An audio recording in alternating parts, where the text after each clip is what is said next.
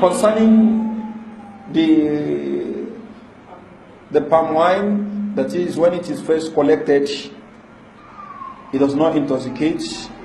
If that is scientifically proven that it does not intoxicate when it is first collected, what the Sharia says is ma askara qaliluhu fakathiruhu haram. So whatever little quantity of it intoxicates, taking much of it is what? Now whatever ma askara kathiruhu, whatever much of it will intoxicate for qaliluhu haram. Taking little of it is what? Is haram. So if it is proven that when you take this, take much of it, it will intoxicate you. So even little don't take. But if this illa is absent, then that means it is what? It is permissible. So وَالْحُكْمُ يَدُورُ مَعِ عِلَّتِهِ وُجُودًا وَعَدَمًا. So the illa, why something is prohibited, goes with the presence of the illah وَعَدَمًا, and what is absent. The presence of the illah. If the illah, that is the reason why something is prohibited, if it is present, then it is prohibited. If the reason is absent, then that thing goes halal. So this is what the scholars of usul say, al-hukmu yaduru ma illatihi. The ruling goes with the reason. Wujudan, that is, if the reason is present, the ruling is present. Wa'adaman, if the illah is absent, the ruling is absent. So as long as it is confirmed that it does not intoxicate when it is first collected, that is not the khamru the Messenger of Allah sallallahu alaihi wasallam is talking about. That is not the khamru that Allah subhanahu wa ta'ala is talking about. And that is why Messenger of Allah Muhammad sallallahu alaihi wasallam at times he will order his wives to prepare a kind of wine for him. And that is by soaking dates. They take dates and put it in water and they soak it. So the nutrients, so to say, will be collected in the water. And they drink this. But after 3 days, Messenger of Allah sallallahu alaihi wasallam, if it gets to the 3rd day, he will not drink it. Because by then, he may have become what? He may have become intoxicating. It may have become intoxicating. So, and it becomes what? Khamr. Wal khamru ma khamara al-aqla. So khamru is what affects the intellect. So what affects the brain? That is what? Al-khamru. So they did not call it khamru, is because what? To khamiru al-aqla. Because it affects the aql. So al-hukmu yaduru ma'illatihi wujudan wa adama. So if that is proven, it is permissible to take it. However, such a thing should be avoided, not because it is haram, but because somebody sees you taking it, may say you are taking what? Khamr that has been forbidden. So enlightenment must have preceded before one embarking on things like that. So because a Muslim should, as much as possible, avoid things that will make his honor be stained. Things that will make one honor be stained, we should avoid it. So Allahu A'lam. I want to get the point. Is that at the time we grant that I want to take it from the mantra, maybe leave it some day before it gets fermented. But it is after the fermentation that it becomes intoxicating. At that period, the period between the time we tap it from the tree and the period of the fermentation, the person can take it. It's not yet.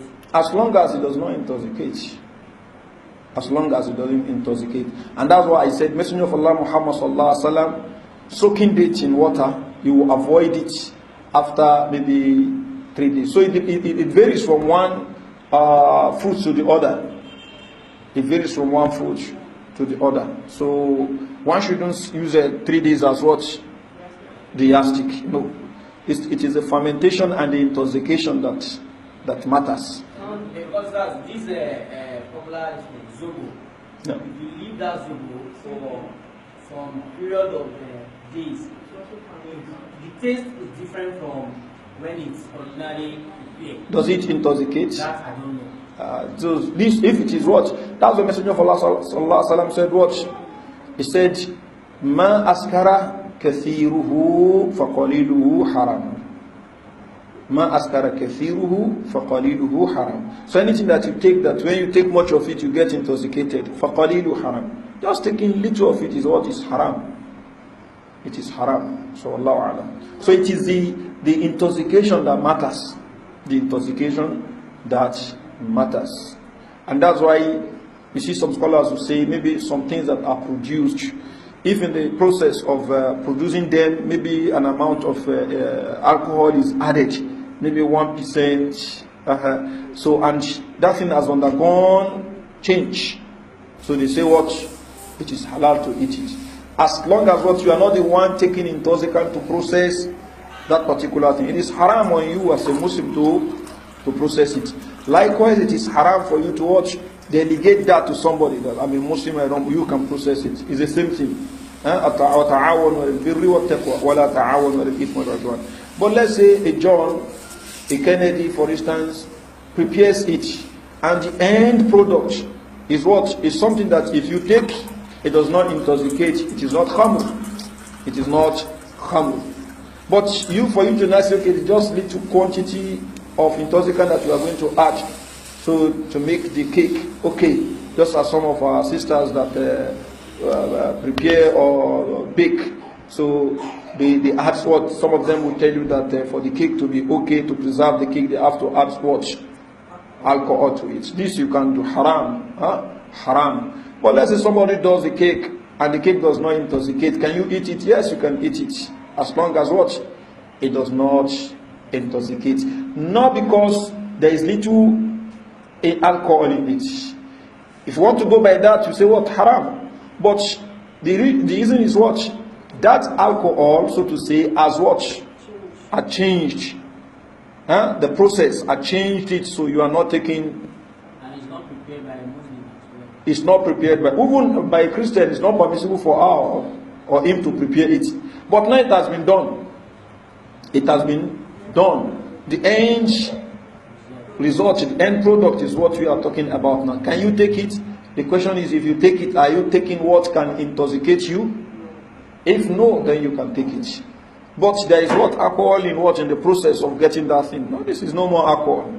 Shaykh Islam ibn Taymiyyah rahmahullah ta'ala expatiated on this in his fatwa. And he gave example. For instance, when you take fruits, you eat vegetables and the likes. When you eat these things, when they get to your stomach, they are still okay. But when they come out of you, it becomes what? Filth. And that filth is what? Is najis. But what you have consumed, is it najis? The vegetable that you have consumed is not najis. But when it comes out of you, it becomes what? Najis. Likewise, when we look at the milk that the baby take, that the woman produces, so it is what? Allah subhanahu wa ta'ala said what? It comes from what? Min bayni farthin wa damin labanan khalisan. So the milk, good milk, pure milk comes between what? Between min bayni damin wa farthin. And between the blood and what? The feces. The milk is produced between what? Between that. So, and what? The milk is given what? Pass mark. That is what? Halal. Why the feces and the blood? They are what? Things that you cannot eat. But the milk comes out of that. So, this tells us that what? Something good may come out of something that what? That is not good. I hope it is clear. So we say this is what? Halal. The same thing is applicable now. The intoxicant mixed with some things has what? Undergone change. So now you are not taking intoxicant, you are taking cake, for instance.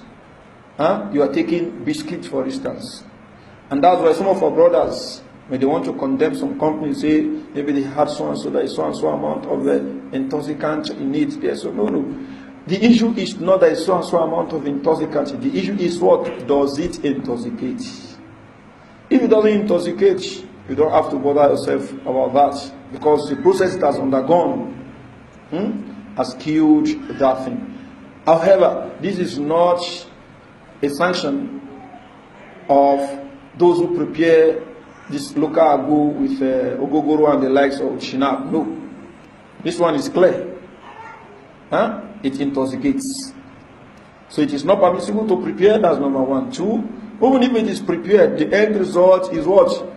Is intoxicating, Allahu Alam.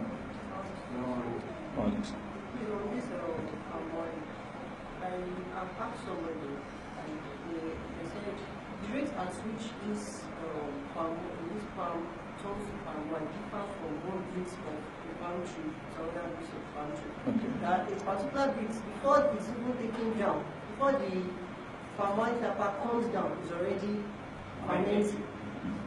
So it's different from different palm tree to the other.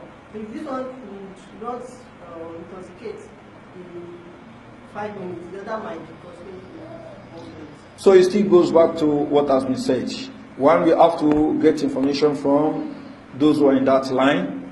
So then, secondly, we have to establish the intoxication. So if intoxication is what? Presence. Al-hukmu yaduru ma'illatihi wujudan wa adaman. How it is clear. So if intoxication is presence, that is what? So we cannot give general rule now that what? If it is tapped immediately, it is permissible. We can't give that general rule because we have examples that are against that. So what should be based is what is the illah, the intoxicating effect of it. So if that thing has intoxicating power, as long as what is a touch, then we say it is haram because the illah is there already. Wallahu a'lam.